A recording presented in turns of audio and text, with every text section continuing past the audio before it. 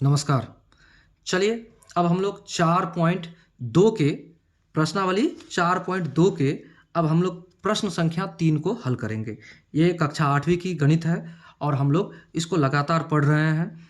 अब चलिए 3 नंबर के प्रश्न को हल करते हैं। विभूति द्वारा, विभूति किसी का नाम है और यहाँ पर दिया गया विभूति द्वारा गणित की 6 माहों की मासिक जांच परीक्षा के प्राप्तांक निम्नानुसार है। तो देखिए विभूति कोई लड़की है और पढ़ रही है, वो 100 अंक में से कितना अंक लेके आती है? अप्रैल महीना में 40, मई में 45, जून में 65 और जुलाई में 35, अगस्त में 55, सितंबर में 60। ठीक है, ये टोटल अंक उनको आया प्रत्येक माह। ठीक है, 6 माह में। और वो क्या कह रहा है उसके बारे में कह रहा है, निम्नानुसार है, ये आया। उपरोक्त आंकड़ों से पाई चार्ट बनाइए। ठीक उसी प्रकार से पिछला 2 हमने जो बना दिया है, ठीक उसी तरह से बनाना पड़ेगा। सबसे पहले आपको क्लियर कर दें कि ये हम मैथ पढ़ रहे हैं,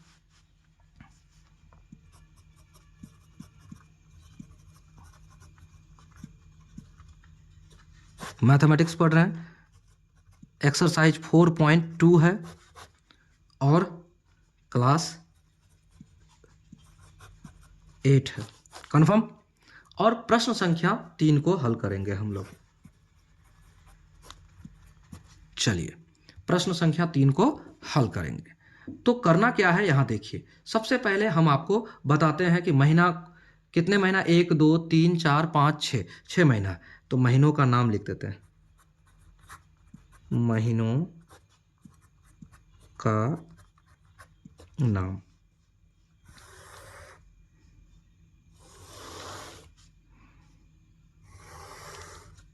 महीनों का नाम लिख देते हैं। सबसे पहले क्लियर हो जाए, अप्रैल,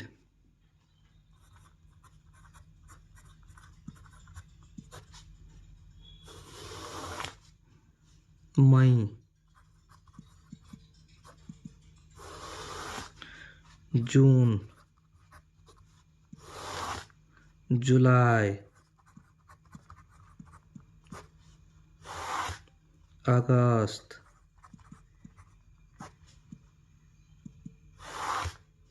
सितंबर,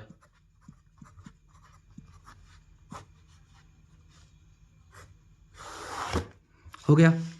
अब हमें क्या करना है ये देखिए। अब हमें प्राप्तांक लेना है।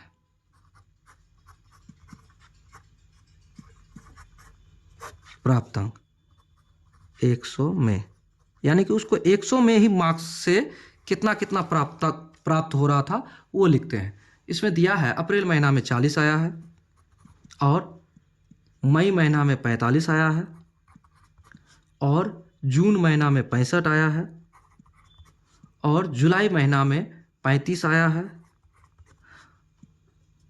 अगस्त महीना में 55 आया है, सितंबर महीना में 60 आया है। किनको? विभूति को।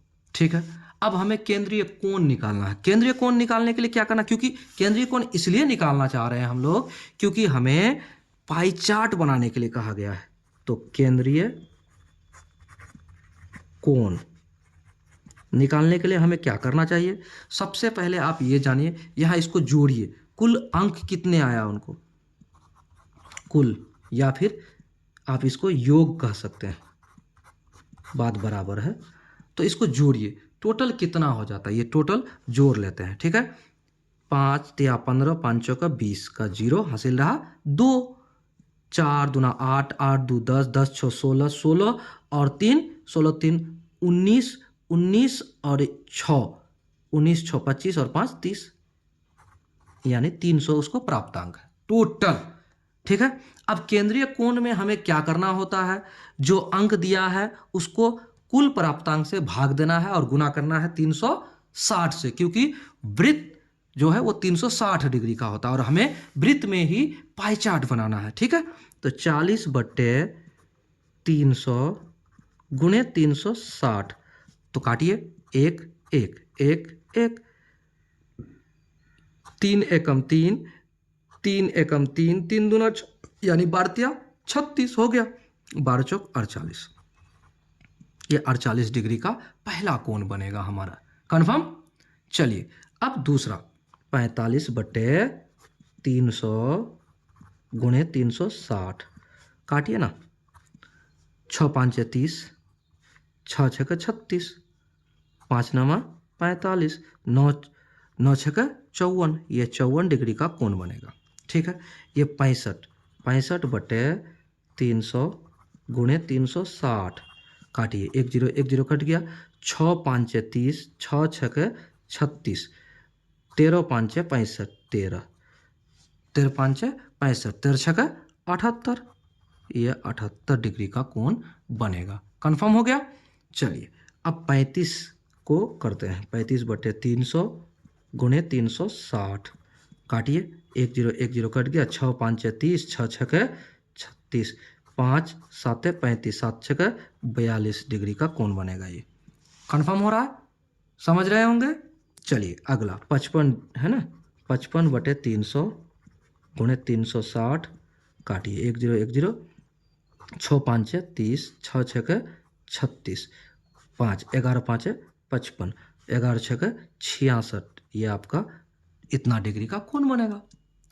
अच्छा अगला 60/300 गुणे 360, अब इसको काटिए, इसको काटिए, कट गया।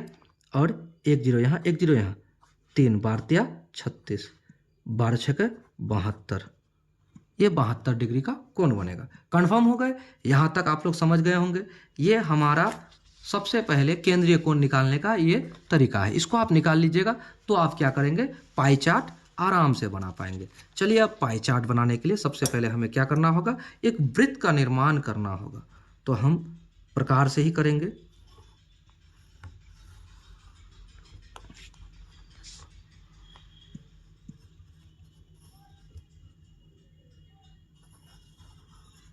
ये आपका वृत्त बन गया और यहाँ इसका केंद्रीय कोण भी है। ठीक है, और इस केंद्रीय कोण से आपको क्या करना है, एक पहले आपको त्रिज्या ले लेना, नहीं तो आपका काम नहीं बनेगा। एक त्रिज्या हमने ले लिया, आप त्रिज्या किधरों ले सकते हैं, कोई दिक्कत नहीं वृत्त में। चलिए हमने ले लिया। अब उसके बाद हमें क्या करना है, एक चांद का सहारा से हमें बनाना है 48 डिग्री। सबसे पहले हम इस पर अगर 48 डिग्री बनाना चाहें तो इस पर हमें इसको 0 से बैठा लेना है। बैठा लिया हमने, बैठा लिया।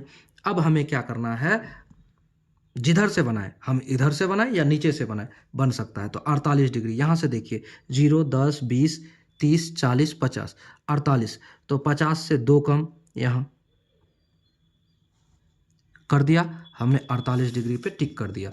अब 48 डिग्री पे आप इसको ऐसे कर लीजिए,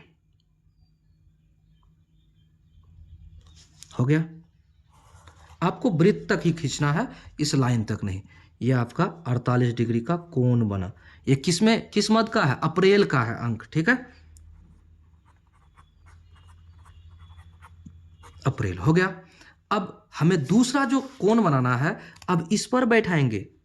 देख लीजिए, इस पर नहीं बैठा रहे हैं, फिर यहां बैठा रहे हैं। ठीक है, कंफर्म। चलिए इस पर बैठा रहे हैं, बैठा दिया हमने इसको अच्छा से सीधे लाइन पर। अब हमें कितना डिग्री कोण, 54 डिग्री, यहाँ है 54 डिग्री। तो अब यहाँ से 54 डिग्री, देखिए यहाँ से 50 डिग्री यहाँ है, 55 डिग्री यहाँ है, एक कम लेना है, एक कम, एक कम हो गया, एक कम यहाँ है। चलिए एक कम में अब हमें कंफर्म करना है, कर दिया हमने एक कम में कंफर्म।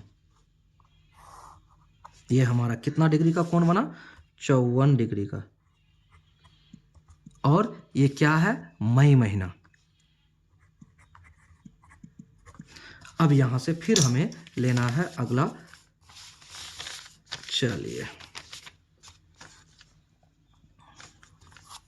कहाँ हो भाई, यहां से लो, 0 हो गया। अब 0 हो गया, कितना डिग्री लेना है आपको, मई के बाद जून में, जून में लेना है आपको 78 डिग्री। 70 यहाँ है और 75 यहाँ है, 78 यहाँ है, 78, तो 78 आपका यहाँ है, तो 78 यहाँ से यहाँ खींच लीजिए, आप इससे भी खींच सकते हैं भाई। ये 78 डिग्री का कोण है। 78 कौन सा महीना है? आपका जून महीना। अब आते हैं जुलाई में। अब इस कोण से हमें लेना है,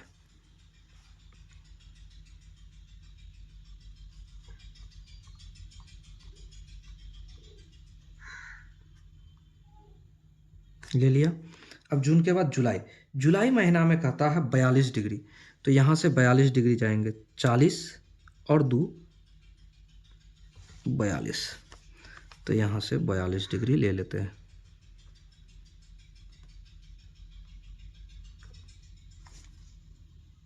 ये रहा आपका 42 डिग्री का कोण। 42 डिग्री कौन सा है आपका? जुलाई महीना। घुमाते जा रहे हैं हम, बनाते जा रहे हैं, ठीक है। ठीक उसी तरह से आपको भी बनाना है। फिर इसको इसी पर बैठाना है। लास्ट वाला जो आप खींचते हैं, कोण बनाते हैं, उसी पर बैठाकर आपको बनाते जाना है। अब यहाँ से जुलाई के बाद अगस्त में देखिए 66 डिग्री, तो अगस्त यहाँ से 66 डिग्री देखिएगा, सेकंड वाला से लेके चले, पहला यहाँ से जीरो वाला से 60, 65 और 66। 66 यहाँ है, यहाँ है 66, तो 66 डिग्री आपका ये रहा।